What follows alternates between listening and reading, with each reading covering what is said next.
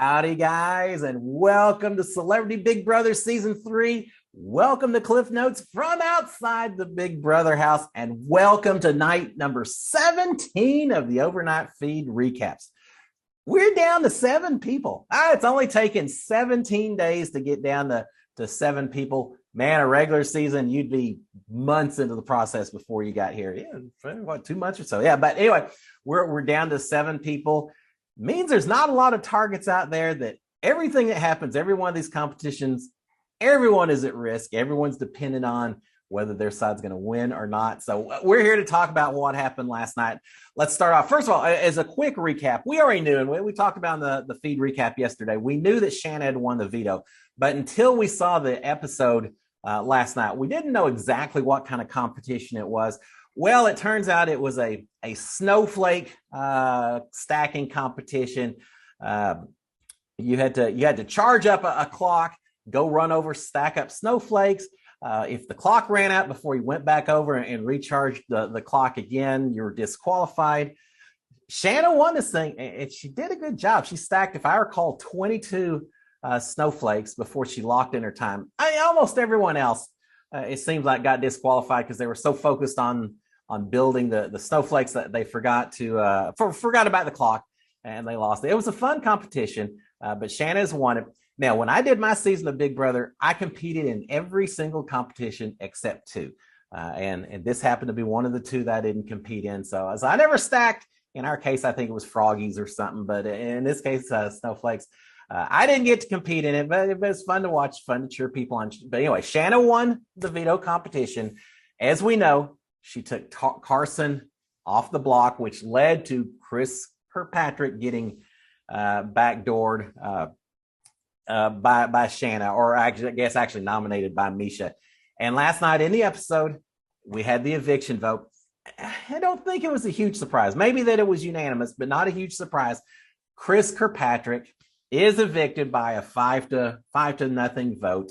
Now, I like Chris. I thought he played a pretty decent game, but he kind of did this to himself. He had a situation with Misha where I truly believe if he had promised to Misha that he would vote out Carson, then he probably would not have been put on the block. But at the time he said, I can't make that promise. Misha didn't trust him enough to follow through and actually not vote out Todd instead. So as if she put Todd up instead of Chris, so she put up Chris. Chris got evicted. So, honesty, there's nothing. In real life, it's a fantastic trait to have. In the game, sometimes it pays off, but sometimes being a little too honest can absolutely destroy your game. And I think this one situation, that one time, it certainly hurt Chris. Chris goes home. He knew once he was put on the block, I think there was a good chance that was going to happen. We all knew it was going to happen as well. So we're down to 7 players. Now let's talk about, before we talk overnight feeds, we had a little matter of the HOH to talk about. And we saw a little bit of that on the episode itself. The wall endurance competition, an iconic event. So much. I'm so happy I got to compete in that. I didn't win, but who expected me to win that one, right? But I did okay. I stayed up longer than Jessica, screaming as she went down. The wall competition that we all know and love. Competition kicks off. We got to see some on the live feeds as well, so that was nice. Also, exciting competition because it came down to Carson versus Todrick. How long? Maybe 45 minutes or so. I'm not real certain of the exact time. Excuse me. But it came down to Carson and Todrick, the 2 biggest players for a lot of people, the winner picks going into this thing, up against each other. Obviously, I think that the 2 strongest strategic players in this game came down to the 2 of them. Which alliance is going to have control this week? We see, and it's also the fact that Carson and Todrick, not just in the house, they're friends outside the house. They've served on RuPaul, I think, as judges together. And so they've got a relationship beyond this. Now they're up head to head facing each other. Eventually, after, again, maybe 45 minutes or so, we see, it's kind of funny. One of those kind of Saturday morning. Who cares how you dress on a Saturday morning, right? All right, it comes down to Todrick. So it looks like he maybe struggles just a little bit. And suddenly Carson offers a deal. to Todrick. Next thing you know, Todrick has fallen. Carson is the new HOH for the week, which is not good news for Misha, not at all. Now, Misha, we see a little bit later. Misha's upset. She says, "Oh, I could have done this endurance competition. I would have been up there all night long. I would have won this thing." Well, yeah, I think she probably would have. I think for everyone else in the house, it's probably a good thing this competition came up when it did, because Misha would have won it. If Misha is around next week, and there's a big question to that, but if she is, we had an endurance competition right here. So it suggests to me that next week, next cycle, I guess, the HOH is probably not going to be an endurance. It may not be physical. So if Misha's around, it may not be something that is quite as strong, although she's shown she's a competitor at everything, but at least everyone else may have a chance as well next week if it's not a physical endurance type competition. So we got that. We didn't see Carson's room reveal. Now, I get it. If you're saving it because you want to show it on the episode, I understand why the live feeds won't show up. But we're not getting the room reveals on the episodes anyway. So CBS, let us see the room reveals. It'd be nice to see. Carson got Madonna for music. Had a couple pictures. His friend Tom, I think, wrote the letter and all that. We didn't see the reveal. Feeds came back while he's reading a letter and everything else. But Carson's happy. He's got the HOH room.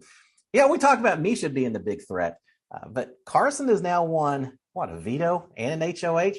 There anything difficult about him either. He's doing fantastic. So Carson is HOH. Now he's saying, I think it was to Shanna. I think that was the case. Carson's talking to Shannon saying, look, I agreed not to put up Todrick. I made him a promise. I'm not going to do it. Shanna's saying you don't need to be dealing with Todrick. I think she just didn't have him blow that whole agreement completely. But Carson and I made the agreement. I'm not gonna put him on the block, which I think means it's got to mean right that Misha and Todd are going on the block. That's what I would expect. After Todd and Cynthia got in a big argument, I don't think Carson will have a big issue putting Todd on the block. Put Misha up as well, and Misha is going to be the primary target anyway. Unless Misha wins the veto, I really think Misha's in a lot of trouble. So we've got that. Now it gets a little interesting later in the evening. Maybe 11 o'clock Big Brother time, somewhere like that. Carson is saying, look, I agreed not to put Todrick on the block, and I'm not going to do that. But I didn't agree not to backdoor him if the veto is used.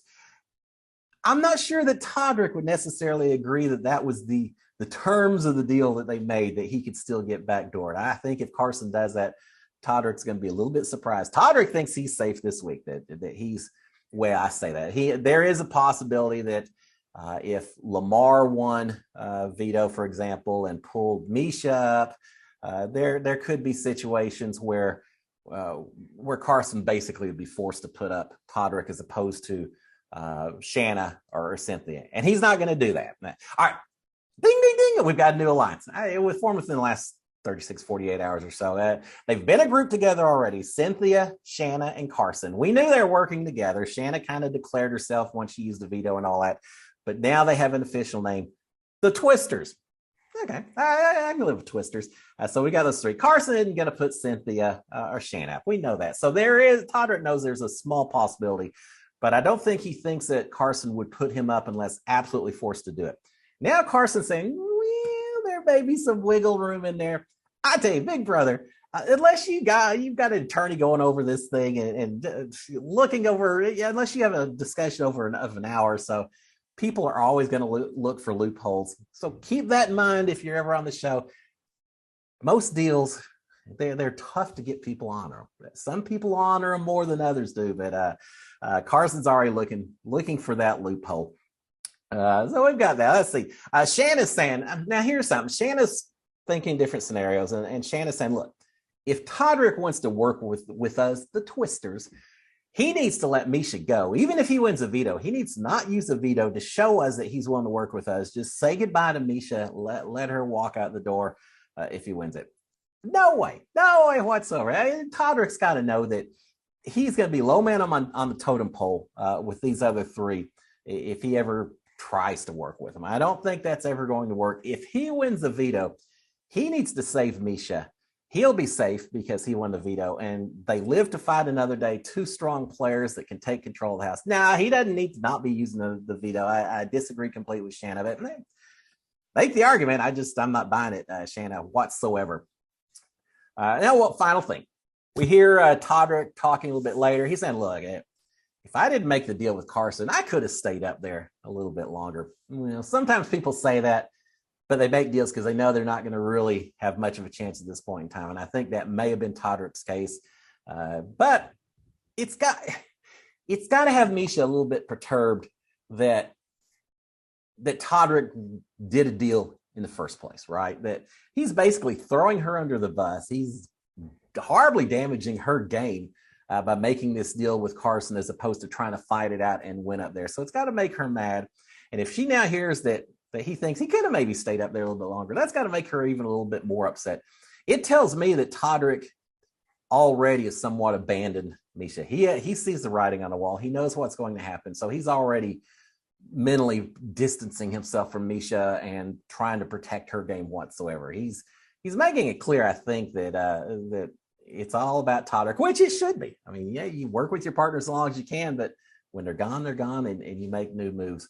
But Todrick saying, yeah, I could have lasted a little bit longer. Maybe not. All right, finally, today, we've got, if I understand the schedule, we've got nominations today, probably the veto tomorrow, and then Monday we'll have an eviction episode.